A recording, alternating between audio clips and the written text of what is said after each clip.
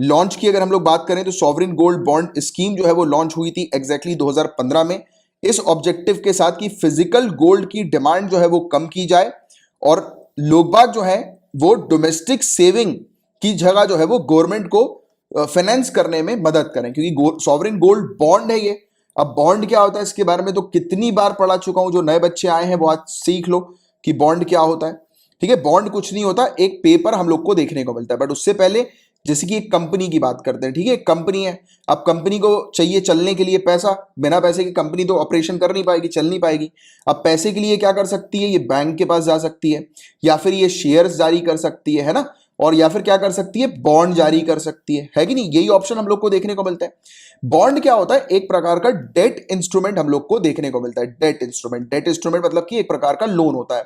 जैसे कि आज मैंने इस कंपनी से बॉन्ड परचेज किया, समझना बात को, आज मैंने इस कंपनी से बॉन्ड परचेज किया तो इस बॉन्ड के ऊपर जैसे कि डेट लिखी है, जैसे अभी 2021 चल रहा है तो इस पे मान लेते हैं हम लोग डेट लिख देते हैं 2031, 10 सालों का ये बॉन्ड है। ठीक है, 10 इयर्स का ये बॉन्ड है। मैंने इस कंपनी से ये बॉन्ड परचेज किया आज की रेट में, जैसे कि मान लेता हूं मैं 1 लाख रुपए का। ठीक है, 1 लाख रुपए का मैंने बॉन्ड परचेज किया और इस बॉन्ड में मुझे जो है वो 10 कूपन मिले 10-10 हजार के। राइट, मतलब कि हर साल जो है वो ये कंपनी मुझे 10-10 हजार रुपए, जैसे ही मैं इस कंपनी को कूपन दूंगा वो मुझे 10-10 हजार रुपए प्रोवाइड करेगी हर साल, मतलब कि 10% का ये बॉन्ड मुझे मिल रहा है। राइट, हर साल ये कंपनी मुझे 10 सालों तक 10 हजार देगी, मतलब कि 1 लाख रुपए तो मुझे मिल ही गए। फिर जैसे ही इस बॉन्ड की मैच्योरिटी डेट आती है 2031 में, तो ये कंपनी मुझे 1 लाख रुपए दे देगी, मतलब कि वो 10-10 हजार रुपए वो किश्तों के तौर पर इस कंपनी ने मुझे दिए थे और मतलब पूरा जो है लमसम अमाउंट जो है वो बाद में मुझे दे दिया। समझ में आया नहीं आया? नहीं आया होगा शायद कुछ स्टूडेंट को, फिर से समझो। तो देखो इस पे मैं 1 लाख रुपए जो है वो लिख देता हूं। ठीक है, ये बॉन्ड जो है वो कितने का है, 1 लाख रुपए का है। ठीक है, ये बॉन्ड 1 लाख रुपए का है।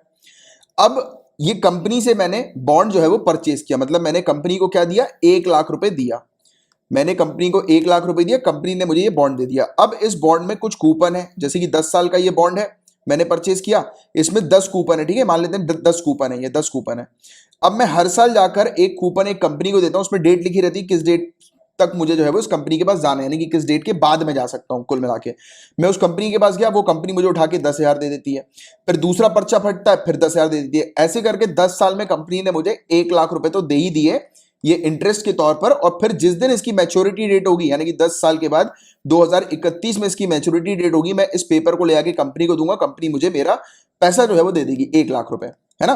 तो ये इस प्रकार से काम करता है। अब आप बोलोगे कि सर कंपनी क्यों इस प्रकार से पैसा दे रही है, तो देखो गाइस, और क्यों बॉन्ड रिलीज करती है कंपनी, तो देखो अगर बैंक के पास जाएगी कंपनी तो बैंक क्या बोलेगा, 14% रेट पे भैया हम लोन दे रहे हैं या 12% रेट पे लोन दे रहे हैं। यहां पर तो 10% पे ही उसको फायदा मिल गया ना।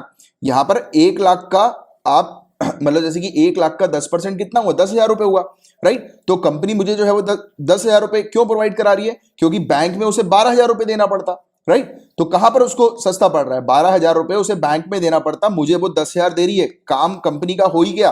राइट, कि कंपनी को जो है वो देना था, मतलब पैसे चाहिए थे, कंपनी को मिल गए पैसे, but come rate of interest में मिले, तो और लोगों का भी फायदा हो गया कि इस प्रकार से लोगों को भी कमाई हो गई। राइट, तो ऐसी चीज हम लोग को देखने को मिलती है। इसलिए ज्यादातर कंपनी वगैरह जो होती है वो बॉन्ड में इन्वेस्ट करने या बॉन्ड जारी करने पर सोचती हैं, विचार करती हैं। राइट, इंस्टेड ऑफ बैंक से लोन लेने पर। अब सरकार भी ऐसी करती है फंड वगैरह रेस करने के लिए, और जब भी सरकार बॉन्ड जारी करती है तो उसे हम क्या बोलते हैं, सॉवरेन बॉन्ड। सरकारी बॉन्ड जो होते हैं वो सॉवरेन बॉन्ड होते हैं। और अभी हम किसके बारे में पढ़ रहे हैं, सॉवरेन गोल्ड बॉन्ड के बारे में। तो ये सरकार के गोल्ड बॉन्ड्स हैं। राइट, अब ये गोल्ड के रेट के ऊपर आधारित होते हैं। राइट, ये वाले बॉन्ड की गोल्ड का रेट कितना चल रहा है उसके ऊपर आधारित। आप लोग बाग जो है वो गोल्ड कब खरीदते हैं, राइट, गोल्ड कब खरीदते हैं लोग, तो लोगों को लगता है कि यार गोल्ड को खरीदेंगे, इन्वेस्ट करेंगे, पैसा मिलेगा, पैसा बढ़ेगा तो बेच देंगे। राइट, तो इसी प्रकार की फैसिलिटी जो है वो सरकार प्रोवाइड कराती है। इसमें फिजिकल गोल्ड जो होता है वो लोगों को नहीं दिया जाता, बल्कि एक पेपर दे दिया जाता है। लोग जब भी इस पेपर को मैच्योर कराते हैं, जो रेट चल रहा होता है गोल्ड का, उस हिसाब से उनको पैसे मिल जाते हैं। बात समझे आप? तो ये चीज हम लोग, और सरकार का इससे क्या फायदा होता है, सरकार को ऑन टाइम फाइनेंस जो है वो मिल जाता है। राइट, जब जरूरत पड़ती है। और आज की डेट में इन्होंने क्यों जारी किया, क्योंकि आपको पता है आज की डेट में स्थिति खराब है, सरकार के पास पैसा नहीं है, सरकार को चाहिए पैसा अपने आप को स्टेबल करने के लिए। राइट, तो इशू गोल्ड बॉन्ड किसके द्वारा इशू किए जाते हैं, सरकार के द्वारा, गवर्नमेंट ऑफ इंडिया स्टॉक के द्वारा, और ये गवर्नमेंट सिक्योरिटीज एक्ट 2006 के तहत इशू किए जाते हैं। इसे इशू किया जाता है आरबीआई के द्वारा गवर्नमेंट ऑफ इंडिया के बिहाफ में। तो होते तो गोल्ड बॉन्ड सरकार के हैं, बट सरकार तो बेचेगी नहीं जाएगा कि लोग गोल्ड बॉन्ड खरीदो, लोग गोल्ड बॉन्ड खरीदो। तो वो आरबीआई को बोलती है कि भैया तुम मेरे बिहाफ में गोल्ड बॉन्ड को बेचो, राइट। क्यों आरबीआई को क्यों बोलती है? तो आरबीआई क्या है? आरबीआई बैंक जो है उसका काम क्या है? हमारी कंट्री के लिए फाइनेंस को मैनेज करना। इसलिए तो आरबीआई को बनाया था ना।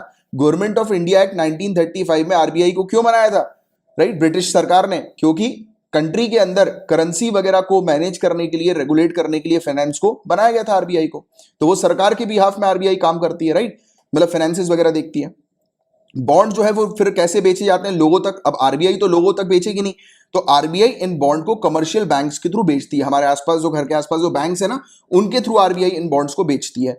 Stock holding corporation of India limited के थ्रू बेचती है, पोस्ट ऑफिसेस के थ्रू बेचती है, राइट। और जो रिकॉग्नाइज स्टॉक एक्सचेंज है, जैसे कि national stock exchange of India limited, Bombay stock exchange, right, तो इसके थ्रू डायरेक्टली या फिर एजेंट्स के थ्रू जो है वो इन बॉन्ड्स को बेचा जाता है।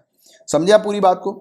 एलिजिबिलिटी क्या होती है? ये बॉन्ड्स जो होते हैं गाइस सेल्स के लिए सिर्फ और सिर्फ जो हिंदू अनडिवाइडेड फैमिलीज हैं, ट्रस्ट हैं, यूनिवर्सिटी हैं और चैरिटेबल इंस्टीट्यूशन है, उन्हीं को दिया जाता है, यानी कि उन रेसिडेंट्स को दिया जाता है बस।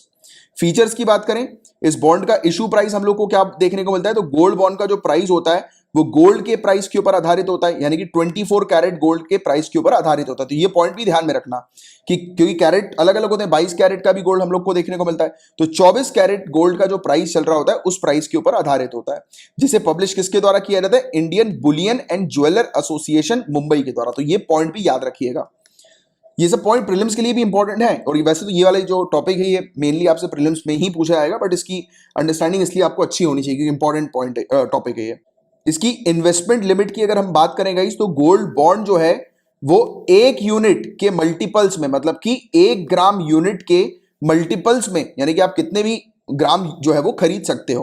और अपर लिमिट जो होती है इसकी हम लोग को देखने को मिलता है रिटेल इंडिविजुअल इन्वेस्टर के लिए और हिंदू अनडिवाइडेड फैमिलीज के लिए, तो ये 4 किलोग्राम, मतलब कि 4000 यूनिट, 4000 ग्राम तक लोग जो है वो एक साल में इस बॉन्ड को परचेज कर सकते हैं। यानी कि एक व्यक्ति 4000 ग्राम तक, 4 किलो तक बॉन्ड परचेज कर सकता है, गोल्ड बॉन्ड, राइट। ट्रस्ट के लिए और इस प्रकार के सिमिलर एंटिटीज के लिए, कंपनी के लिए 20 किलो एक साल में, राइट। और ज्वाइंट होल्डिंग के लिए 4 किलो जो है वो इन्वेस्टमेंट लिमिट एप्लीकेबल है पहले एप्लीकेंट के लिए सिर्फ, राइट। तो ये वाली चीज हम लोग को देखने को मिलती है, जो कोई ज्वाइंट वेंचर वगैरह होता है तो उनमें से एक ही व्यक्ति जो है वो इसको परचेज कर सकता है।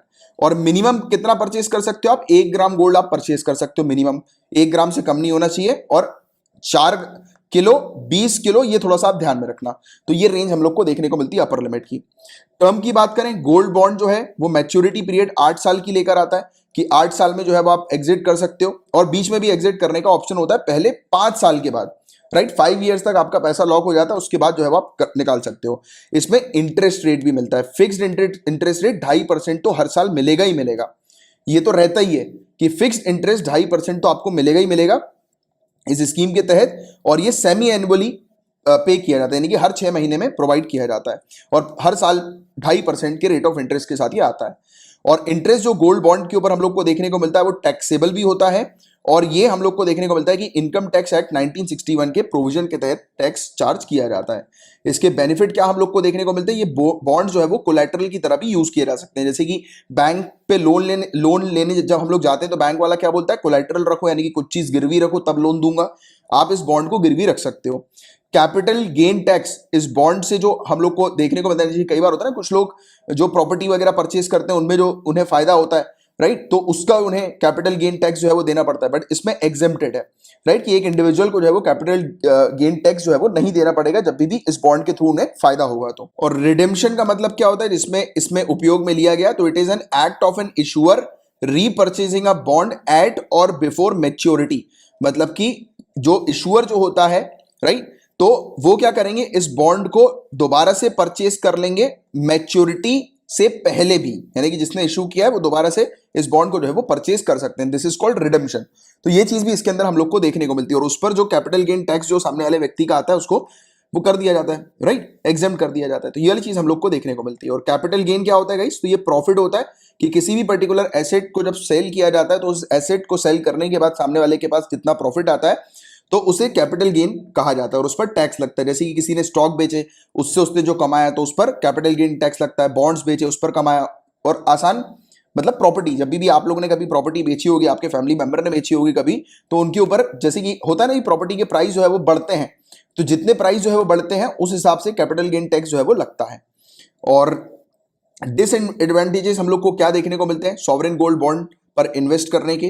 तो पहले तो ये लॉन्ग टर्म इन्वेस्टमेंट हम लोग को देखने को मिलता है, राइट, सीधे सीधे 8 साल का, राइट। और फिजिकल गोल्ड जो है वो आप कभी भी जो है वो इमीडिएटली मार्केट में बेच सकते हो, बट यहाँ पर 8 साल का है मैच्योरिटी, यहाँ पर 8 साल की हमें देखने को मिलती है, राइट। और ये बॉन्ड जो है वो एक्सचेंज में लिस्टेड तो है, बट इसका ट्रेड जो है वो उतना ज्यादा हम लोग को नहीं देखने को मिलता है, यानी कि इसको ज्यादा कोई खरीदारी बिक्री हम लोग को इसकी ज्यादा नहीं देखने को मिलती मैच्योरिटी से पहले, राइट। तो ये वाला एक बड़ा प्रॉब्लम हम लोग को देखने को मिलता है और इसलिए इसको एग्जिट करना भी, निकलना भी, इस बॉन्ड से बाहर निकलना भी थोड़ा सा डिफिकल्ट हो जाता है।